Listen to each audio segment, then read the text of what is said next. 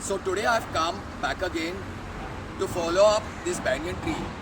It's very important that somebody follows up and let the full of Goa and plant lovers know what is the status of these banyan trees that were transplanted.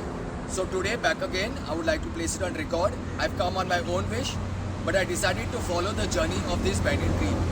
And as of date, this banyan tree is doing good. If you see, for the fact, it's nicely raised. So even if the groundwater comes, it's good. And there is a growth which is still fresh. And according to me, this banyan tree is doing well.